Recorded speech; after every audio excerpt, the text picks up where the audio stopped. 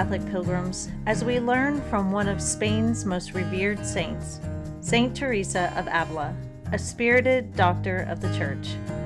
Join me, Amy Thomas, once a week as we read from Saint Teresa's book, The Interior Castle.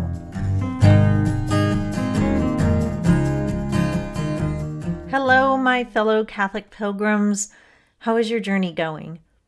You know, as we come to the last 20-some pages of the book, there can be a temptation to look past it to the next season and get excited for that. But I encourage you to hang in here with me and get all that there is to receive out of this book. I've had a few people tell me that this book hasn't spoken much to them, and yet they have still read along, but they don't feel much of a connection to Saint Teresa. I can understand that. Not every saint's work is going to speak to us. Some will grip us and we will love their writings, and some will just fall flat. We have studied 2 mystics so far during the duration of this podcast, which is getting ready to launch into season 4. And mystics can be hard to understand and feel a connection to. It's hard for those of us just living here in the secular world, wandering around with electronics and noise everywhere, kids needing our help, deadlines to meet, groceries to buy, and school to study for, to feel close to a cloistered nun who has had deep spiritual unions with God. I get it. It's hard. A lot of our mystics come from the religious life, like St. Faustina, St. Teresa. And maybe you need that kind of solitude and detachment from the world in order to be a mystic. There are obviously some people that are in the religious life that are mystics, but overall, it's rare. Rare in the religious life and rare outside of it, comparatively speaking. So why read them? Especially if much of what they say sails over our heads and is nothing that we can relate to. Well, we need to see that God gifts different people with different things for His glory and will. Mystics are given these graces, and then they try to share it with us, which enlightens us with an understanding that the spiritual life is deeper than we can possibly imagine. Even if we don't completely understand what they are describing, it still helps us to understand that God's mind and abilities are far beyond our ability to fully comprehend. We have to get it into our bones that we worship a magnificent God that is more than just a nice theological teacher that lived back in the day. We read these saints to widen our scope, give us new imagery to meditate on, like a castle, and to remind us that should we ever think we have God all figured out, well, we don't.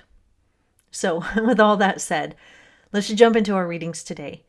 We'll be reading from the 7th Mansion, chapter 2, numbers 1 through 7. As I said, let's jump right in. We now come to speak of divine and spiritual nuptials, although this sublime favor cannot be received in all its perfection during our present life, for by forsaking God, this great good would be lost. The first time God bestows this grace, He, by an imaginary vision of His most sacred humanity, reveals Himself to the soul so that it may understand and realize the sovereign gift it is receiving. He may manifest Himself in a different way to other people. The person I mentioned, after having received Holy Communion, beheld our Lord full of splendor, beauty, and majesty, as He was after His resurrection.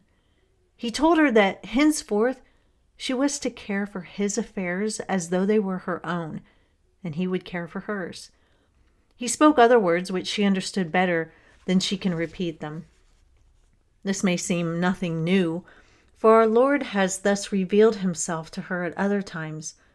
Yet this was so different that it left her bewildered and amazed, both on account of the vividness of what she saw and of the words heard at the time. Also because it took place in the interior of the soul where, with the exception of the one last mentioned, no other vision had been seen. You must understand that between the vision seen in this and in the former mansions, there is a vast difference. There is the same distinction between spiritual espousals and spiritual marriage as between people who are only betrothed and others who are united forever in holy matrimony.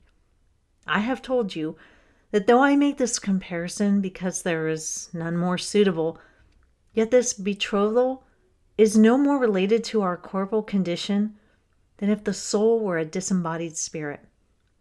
This is even more true of the spiritual marriage, for this secret union takes place in the innermost center of the soul where God Himself must dwell. I believe that no door is required to enter it. I say, no door is required, for all I have hitherto described seems to come through the senses and faculties, as must the representation of our Lord's humanity. But what passes in the union of the spiritual nuptials is very different. Here God appears in the soul center, not by an imaginary, but by an intellectual vision far more mystic than those seen before, just as He appeared to the apostles without having entered through the door when He said, Pax vobis. So mysterious is the secret and so sublime the favor that God thus bestows instantaneously on the soul that it feels a supreme delight, only to be described by saying that our Lord vouchsafes for the moment to reveal to it His own heavenly glory in a far more subtle way than by any vision or spiritual delight. As far as can be understood, the soul, the spirit of the soul, is made one with God, who is Himself a spirit, and who has been pleased to show certain persons how far His love for us extends, in order that we may praise His greatness. He has thus deigned to unite Himself to His creature. He has bound Himself to her as firmly as two human beings are joined in wedlock and will never separate Himself from her. Spiritual betrothal is different, and like the grace of union is often dissolved. For though two things are made one by union, separation is still possible, and each part then remains a thing by itself. This favor generally passes quickly, and afterwards the soul, as far as it is aware, remains without His company. This is not so in the spiritual marriage with our Lord, where the soul always remains in its center with its God. Union may be symbolized by two wax candles, the tips of which touch each other so closely that there is but one light. Or again, the wick, the wax, and the light become one. But the one candle can again be separated from the other, and the two candles remain distinct. Or the wick may be withdrawn from the wax. But spiritual marriage is like rain falling from heaven into a river or stream, becoming one and the same liquid, so that the river and rainwater cannot be divided, or it resembles a streamlet flowing into the ocean which cannot afterwards be disunited from it. This marriage may also be likened to a room into which a bright light enters through two windows. Though divided when it enters, the light becomes one and the same. Perhaps when St. Paul said, "He who is joined to the Lord is one spirit," he meant this sovereign marriage, which presupposes His Majesty's having been joined to the soul by union. The same apostle says, "To me, to live is Christ, and to die is gain." This, I think, might here be uttered by the soul, for now the little butterfly of which I spoke dies with supreme joy, for Christ is her life.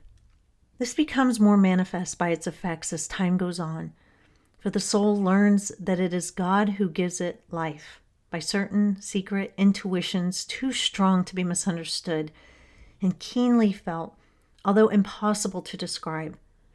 These produce such overmastering feelings that the person experiencing them cannot refrain from amorous exclamations such as, "O life of my life, and power which doth uphold me," with other aspirations of the same kind.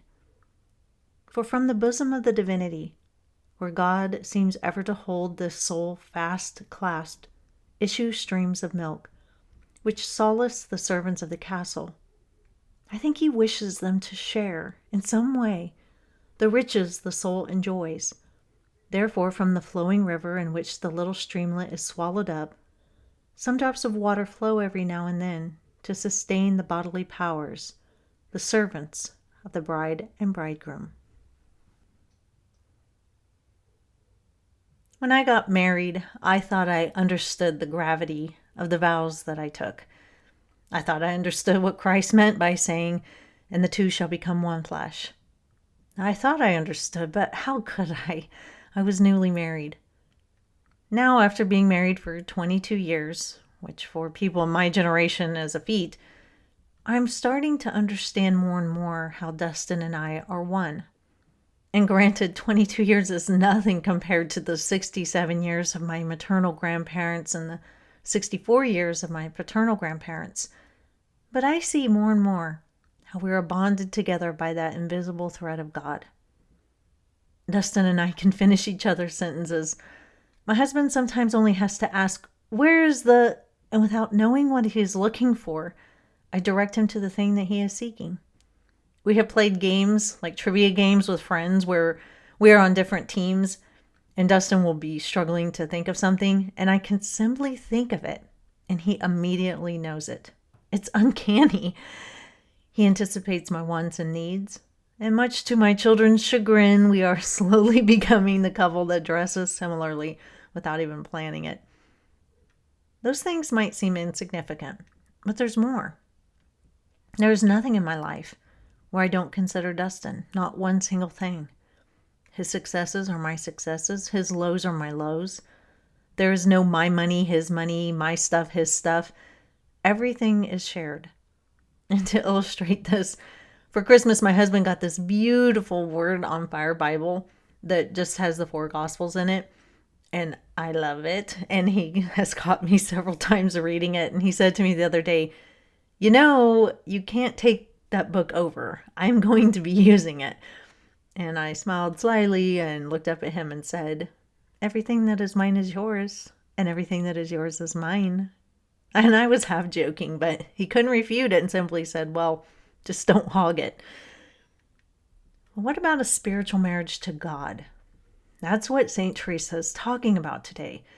And in trying to explain, she uses numerous metaphors and analogies, and still, she said many times, it's hard to describe. Think of an engagement between a couple. They are not married, but committed to each other with the hopes of marriage, but the union can still be dissolved. I know this well. I was engaged to another man before I met my husband. Well, we had decided to get married. There was no unity like the unity of marriage, and so it could, and it did, dissolve. This is like spiritual betrothal. St. Teresa says, quote, "Spiritual betrothal is different, and like the grace of union is often dissolved. For though two things are made one by union, separation is still possible, and each part then remains a thing by itself." Unquote. But spiritual marriage is different, just as marriage is different from being engaged. St. Teresa likens it to rain falling into a river. And she says, quote, "But spiritual marriage is like rain falling from heaven into a river or stream, becoming one and the same liquid, so that the river and rainwater cannot be divided, or it resembles a streamlet flowing into the ocean, which cannot afterwards be disunited from it." Unquote. This is how I think of my grandparents. There was no separating them. They were one. Imagine having this kind of spiritual marriage with God, where everything you do, you are in full company with God, and you never feel the loss of Him. But like I said in the beginning, the vast majority of us will not experience this great union here on earth. So if we can't relate, why bother reading these words? Well, I think St. Teresa gives us an answer.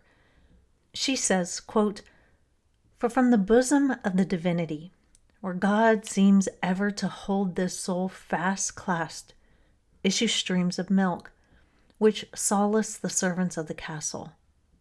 I think he wishes them to share in some way the riches the soul enjoys. Therefore, from the flowing river in which the little streamlet is swallowed up, some drops of water flow every now and then to sustain the bodily powers, the servants of the bride and bridegroom, unquote. What does this mean? I think it means that we, the rest of us, will benefit from souls who reach this level of union. The, quote, drops of water sustain us too. Just like my grandparents' marriages benefited me, and my marriage benefits my children. It is only obvious that these holy unions will spill over and bless those around them. So we'll pause here for today, Catholic pilgrims. It won't be long until we meet back here again. And until then, live the faith boldly and travel well.